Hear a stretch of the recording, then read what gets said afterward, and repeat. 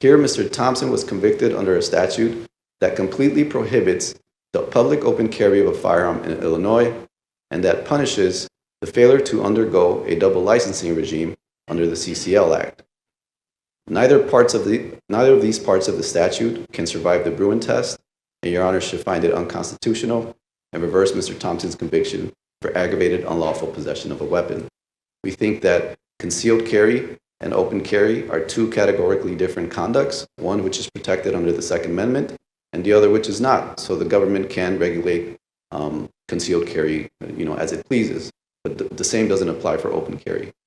The Alabama Supreme Court in 1840 in State v. Reed stated that the legislature cannot inhibit the citizens from bearing arms openly because the Constitution authorizes him to bear them for purposes of defending himself and the state, and it is only when carried openly that they can be efficiently used for defense.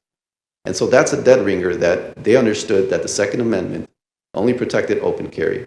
The court said in no uncertain terms that shall issue licensing regimes, including explicitly Illinois', are constitutional. The defendant's conduct here, the unlicensed carriage of firearms, when the licensed carriage of a firearm is readily available to all ordinary law-abiding citizens, is not covered by the plain text of the Second Amendment. But if the court has no further questions, then we would ask that it affirm the judgment of the appellate court and defendant's conviction and find that the relevant provision of the aggravated unlawful use of a weapon statute is constitutional. In Bruin, that statute did not completely ban people from possessing guns in public. It simply required them to, show a heightened sense of self-defense, which was found unconstitutional. But it wasn't a complete ban on carrying firearms, and yet the court found that that was an infringement. In Rahimi, the court quickly went past the first step to the second step to find that the Second Amendment was implicated.